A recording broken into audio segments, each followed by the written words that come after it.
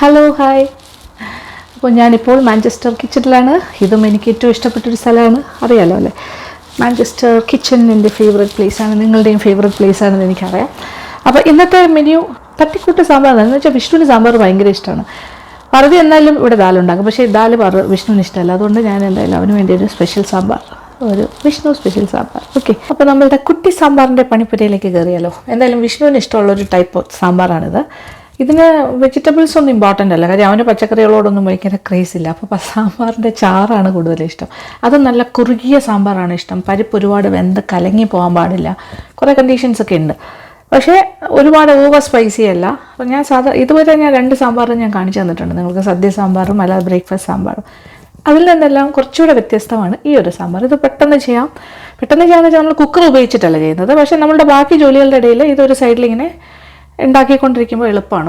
ഒരു അടുപ്പിൽ ഇതിന് വേണ്ടി അങ്ങ് മാറ്റി വെച്ചാൽ മതി. ഒരു അടുപ്പ് പച്ചക്കറി ഉള്ളതനുസരിച്ചിട്ടാണ്. ഇതിപ്പോൾ ഇവിടെ ഉള്ള സാധനങ്ങൾ എന്തൊക്കെയാണ്? 2 ചെറിയ ടൊമാറ്റോ ആയിരുന്നു, അതെടുത്തു. ഒരു സവാള, അതായത് ഇവിടുത്തെ സവാള വൈറ്റും നമ്മളുടെ നാട്ടിലെ സവാള ഒരു പകുതി, അപ്പോൾ 2 കൂടി ചേർത്ത് ഒരു സവാള, ഒരു ഉരുളക്കിഴങ്ങ്. പിന്നെ ഇത് സാലഡ് കുക്കുംബറാണ്, അത് തൊലി കളയാണ്ട് തന്നെ ഞാനിങ്ങനെ കട്ട് ചെയ്ത് വെച്ചു. ഒരു സലാഡ് കുക്കുംബർ ചെറുതിൻ്റെ പകുതി, ഇത്രയാണ് ഞാൻ എടുത്തിരിക്കുന്നത്.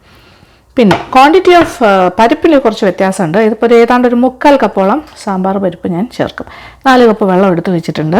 ഇനി എന്താ ചെയ്യേണ്ടതെന്ന് നോക്കിക്കോളൂ.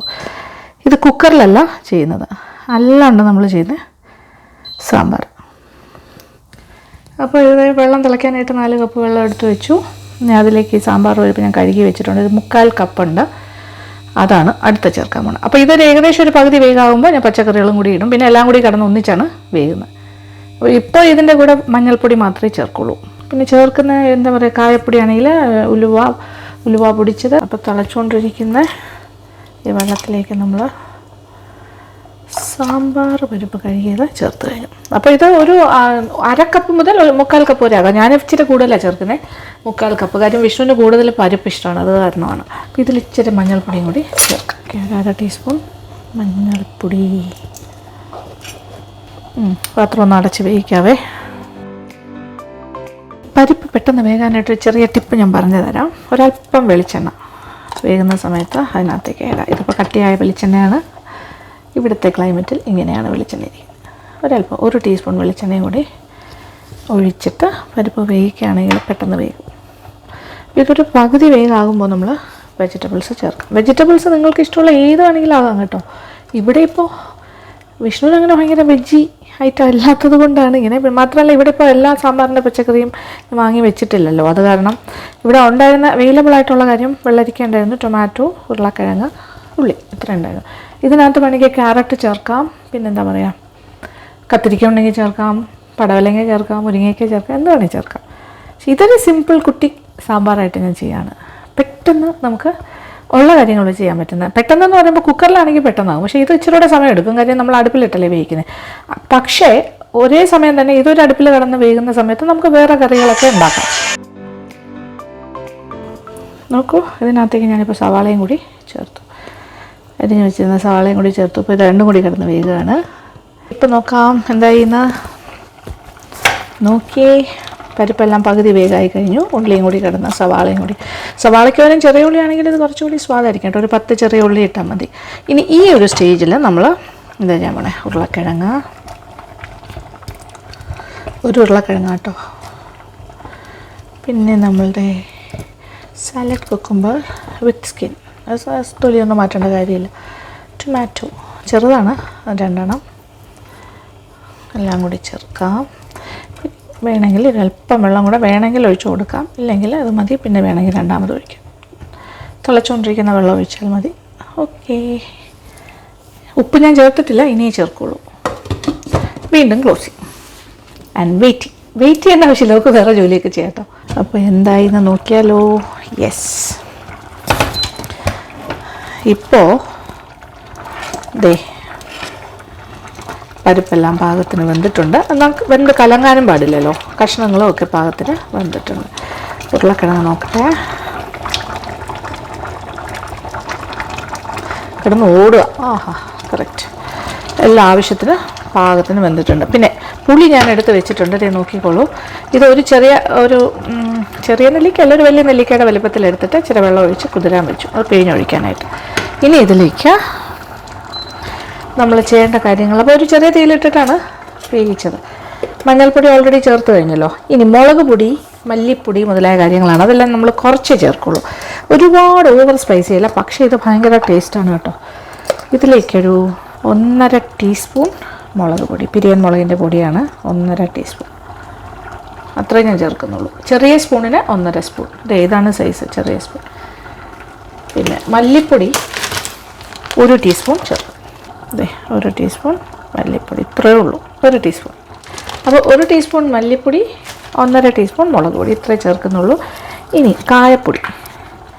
കായപ്പൊടി ഏകദേശം ഇത് കൂടുതലാണ്, ഇത്രയും വേണ്ട, ഇതിൻ്റെ ഒരു പകുതി. ഓക്കെ, 1/2 ടീസ്പൂണോളം കായപ്പൊടി ചേർക്കാം. പിന്നെ ഉലുവാപ്പൊടി, അത് 1/4 ടീസ്പൂൺ മതിയാകും. ഉലുവ പൊടിച്ചത് ഒരു 1/4 ടീസ്പൂൺ. ഇത്രയും കാര്യങ്ങൾ ചേർത്തു. ഇനി ഒന്ന് ഇളക്കി കൊടുക്കുക. ഇതെല്ലാം കൂടി ഒന്ന് യോജിക്കും. മിക്സ് ചെയ്യുമ്പോൾ എന്താണെന്ന് നോക്കാമല്ലോ. കുറച്ച് തിക്കായിട്ട്, എന്താ പറയണ്ടേ, ഒരുപാട് ലൂസല്ല, ആവശ്യത്തിന് ചാറ്. ഞാൻ 4 കപ്പ് വെള്ളമാണ് ഒഴിച്ചിരുന്നത്, അത്ര തന്നെ മതിയായിരുന്നു. ഇതിലും ചാറ് കൂടുതൽ വേണമെങ്കിൽ ഇച്ചിരി കൂടെ ഒരു 1/2 കപ്പ് വെള്ളം കൂടി ഒഴിക്കാം. പക്ഷേ ഇതാണ് അതിൻ്റെ ഒരു പാകം. മോനിങ്ങനെ ഇഷ്ടം, അതായത് ഇങ്ങനെ പരിപ്പ് കാണണം, കലങ്ങി പോകരുത്, പീസസൊക്കെ ആവശ്യത്തിന് വേഗവും വേണം, എന്നാൽ കുറുകിയിരിക്കുകയും വേണം. അതേ നോക്കിയേ. ഇനി ഒരു കാര്യം കൂടിയേ ഉള്ളൂ, പുളി ആൻഡ് ഉപ്പ് ചേർക്കാം. ഉപ്പ് ഇതുവരെ ചേർത്തില്ല, ഇനി ചേർക്കാം. ഇനി പുളിയും കൂടി ചേർക്കാം, ആവശ്യത്തിനുള്ള പുളി. ഇതൊരു നാരങ്ങയല്ല, നെല്ലിക്ക. ഓക്കെ, നെല്ലിക്ക വലിപ്പത്തിലാണ് എടുത്തത്. എന്നിട്ട് ഇച്ചിരി വെള്ളം ഒഴിച്ച് വെച്ചു. നോക്കട്ടെ, പുളിയൊക്കെ മതിയോ, ഉപ്പ് മതിയോ. നമ്മൾ പിള്ളേരുടെ ഇഷ്ടത്തിനല്ലേ ഓരോന്ന് ചെയ്യുന്നത്, അതിനനുസരിച്ചിട്ടുള്ള ഇംപ്രൊവൈസേഷൻസ്, അല്ലെങ്കിൽ കസ്റ്റമൈസ്ഡ് ആയിട്ടാണ് ഉണ്ടാക്കുന്നത്. കസ്റ്റമൈസ്ഡ്, നമ്മൾ ഈ തുണി തയ്ക്കില്ലേ, കസ്റ്റമൈസ്ഡ് ആയിട്ടുള്ള സാധനങ്ങളൊക്കെ ഓരോരുത്തരുടെ ആവശ്യത്തിനനുസരിച്ച്, അതുപോലെ ഒരു സാമ്പാർ, കസ്റ്റമൈസ്ഡ് സാമ്പാർ. ഇപ്പോൾ വിഷ്ണുവിന് എന്തായാലും നാട് മിസ് ചെയ്യാൻ പാടില്ലല്ലോ. മാഞ്ചസ്റ്ററിൽ വന്നാലും അവൻ എല്ലാ ദിവസവും സാമ്പാർ വേണം. അപ്പോൾ അതുകൊണ്ട് ഞാൻ എല്ലാ ദിവസവും, ഇപ്പോൾ 1-2 ദിവസം ഉണ്ടാക്കിയാൽ മതി, ഇതിപ്പോൾ 2 ദിവസത്തേക്ക് വരും. സാമ്പാർ ഉണ്ടാക്കുന്നുണ്ട് ഇവിടെ സ്ഥിരമായിട്ട്. പരിപ്പ് എല്ലാ ദിവസവും ഉണ്ട്. ദാൽ ഇവിടെ അശ്വിനും പാർവതിക്കും ദാൽ ഡെയിലി വേണം. അപ്പോൾ ഇത് രണ്ടും നടക്കും. ഉപ്പ് കുറവായിരുന്നു, ഇച്ചിരി ഇട്ടു. പുളി അത് മതി, ഇനി വേണ്ട. ഉപ്പും ആവശ്യത്തിനായി, എല്ലാം ആവശ്യവും കഴിഞ്ഞു. ഇനി മല്ലിയിലയും കൂടി മാത്രം ചേർത്താൽ മതി. അപ്പോൾ നമ്മളിങ്ങനെ എല്ലാ കാര്യങ്ങളും കസ്റ്റമൈസ്ഡ് ആയിട്ടല്ലേ ചെയ്യുന്നത്, ഇപ്പോഴത്തെ കാലം അങ്ങനെയാണല്ലോ. അപ്പോൾ ഓരോരുത്തരുടെ ആവശ്യം അനുസരിച്ച്, ഇതിപ്പോൾ വിഷ്ണുവിൻ്റെ ആവശ്യം അനുസരിച്ചിട്ടുള്ളൊരു സാമ്പാറാണ്. പക്ഷേ ഇതൊരു അടിപൊളി സാമ്പാറാണ്, ടേസ്റ്റ് വൈസ് ഭയങ്കര രസമാണ്. ഇനി ലാസ്റ്റത്തെ ചെയ്യണേ. അപ്പോൾ പുളിയും ചേർത്തു, പുളി വെള്ളം, ഇപ്പോഴത്തെ കുറച്ച് മല്ലിയില. ഇനി താളിച്ചാൽ മാത്രം മതി. അപ്പോൾ പുളി വെള്ളം ഒഴിച്ചത് കണ്ടല്ലോ, ഒരു വലിയ നെല്ലിക്ക വലുപ്പത്തിലെടുത്ത് വെള്ളത്തിൽ കുതിർത്ത് അതിൻ്റെ പകുതി ഒഴിച്ചിട്ടുള്ളൂ കുറച്ച്. അപ്പോൾ ഇനി തീ ഓഫ് ചെയ്യുന്നു.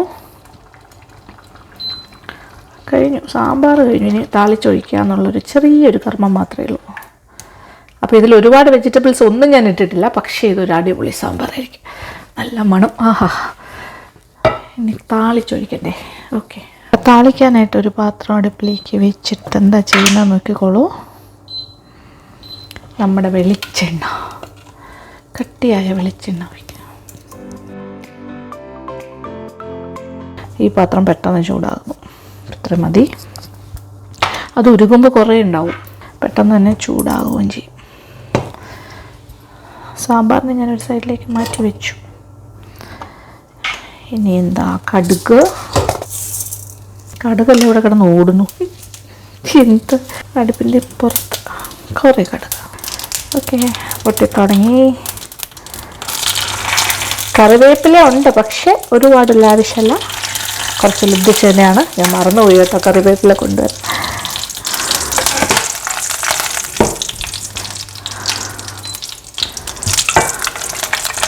താളിക്കൽ പരിപാടി കഴിഞ്ഞു.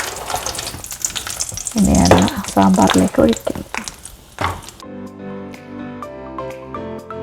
അങ്ങനെ താളിച്ചൊഴിച്ച് കഴിഞ്ഞു. നന്നായിട്ടൊന്ന് ഇളക്കാം. അങ്ങനെ ഒരു അടിപൊളി customised sambar, Vishnu special sambar ready. അങ്ങനെ നമ്മളുടെ കുട്ടി സാമ്പാർ റെഡി. Very tasty. എല്ലാ ഭാഗത്തിനുണ്ട്. പാത്രം അടച്ചൊരു സൈഡ് വയ്ക്കാം. ഇതിങ്ങനെ തന്നെ ഇരിക്കട്ടെ, ചൂടായിട്ട്. പെട്ടെന്ന് തണുക്കും. എന്തായാലും ഇവിടുത്തെ ക്ലൈമറ്റ് അങ്ങനെയാണല്ലോ, സാരമില്ല. അപ്പോൾ ഇന്നത്തെ മെനു മനസ്സിലായല്ലോ. ഞാനിപ്പോൾ സാമ്പാർ ഉണ്ടാക്കി, പിന്നെ മോള് പരിപ്പ്, കോളിഫ്ലവർ മുതലായ കാര്യങ്ങളൊക്കെ ഉണ്ടാക്കി വെച്ചിട്ടുണ്ട്. അപ്പോൾ ഇന്നത്തേക്കുള്ള കാര്യങ്ങളായി. ദാലും ഇതുമായി, വിഷ്ണുവിനുള്ള കാര്യമായി. എല്ലാവർക്കും ഹാപ്പി. അപ്പോൾ എല്ലാവർക്കും തന്നെ സുഖമാണെന്ന് ഞാൻ വിശ്വസിക്കുകയാണ്. Okay, thank you so much for watching. Thank you for watching and keep on watching Lekshmi Nair Vlogs.